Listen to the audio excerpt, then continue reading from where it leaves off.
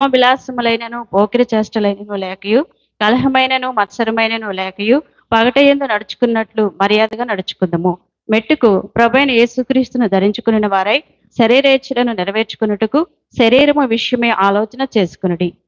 ఈ వాక్య భాగం ఎంత పరింది. హల్లెలూయా హల్లెలూయా హల్లెలూయా.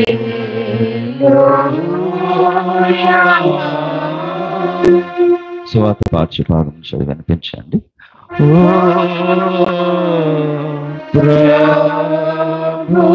ప్రభువా నీకు మహిమ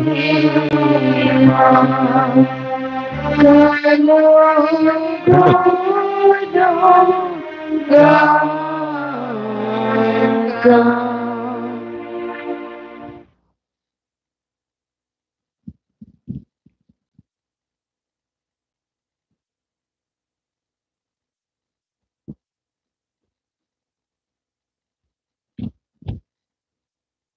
అడ్వెంట్లోని మొదటి ఆదివారం కొరకు ఏర్పాటు చేయబడిన సువార్త పాఠ్య భాగము మత్తయి సువార్త 21వ అధ్యాయము 1వ వచనం నుండి 9వ వచనం వరకు ఇలాగ వ్రాయబడి ఉన్నది.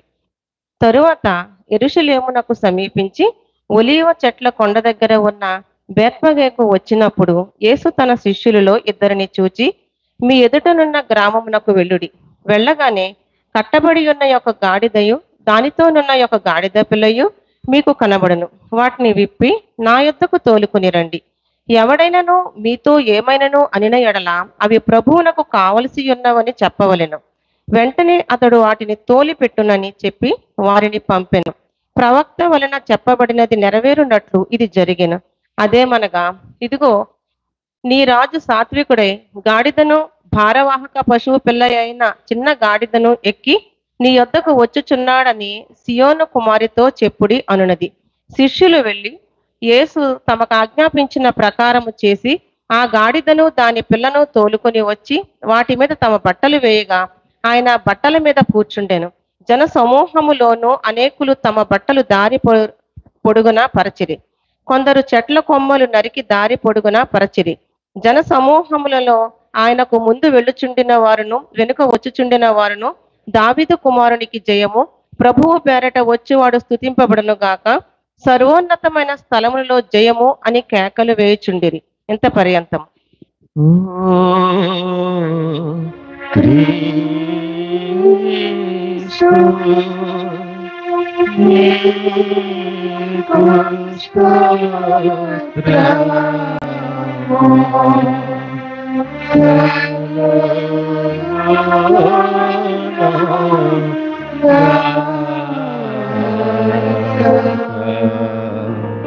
మనందరం నా విధంగా నిలబడి ఉండగా నీకే విశ్వాస ప్రమాణమును మన విశ్వాసముగా ఒప్పుకుందాము.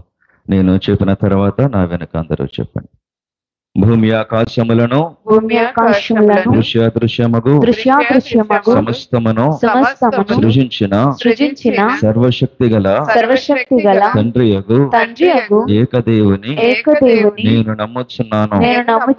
ఆయన జనతైక కుమారుడును అద్వితీయుడునగు ప్రభువైన యేసుక్రీస్తును నమ్ముచున్నాను. ఈయన జగములన్నిటికీ ముందు తండ్రి నుండి కలిగిన వాడును, దేవుడును వెలుగు నుండి వెలుగును నిజమైన దేవుని నుండి నిజమైన దేవుడును సృజింపబడక జన్మించిన వాడును తండ్రితో ఏకతత్వము గలవాడును సమస్తమును కలుగు చేసిన వాడునై ఉన్నాడు. ఈయన మానవుల మగు మన కొరకు కొరకును మన కొరకును మన రక్షణ కొరకును మన రక్షణ కొరకును పరలోకము నుండి పరలోకము నుండి దిగి దిగి కన్యయగు కన్యయగు మరియ నుండి పరిశుద్ధాత్మ వలన పరిశుద్ధాత్మ వలన అవతరించి పుట్టి మనుష్యుడాయనయు పొంతి పిలాతు అధికారము క్రింద మన కొరకు మన కొరకు సిలువ వేయబడి సిలువ వేయబడి శ్రమ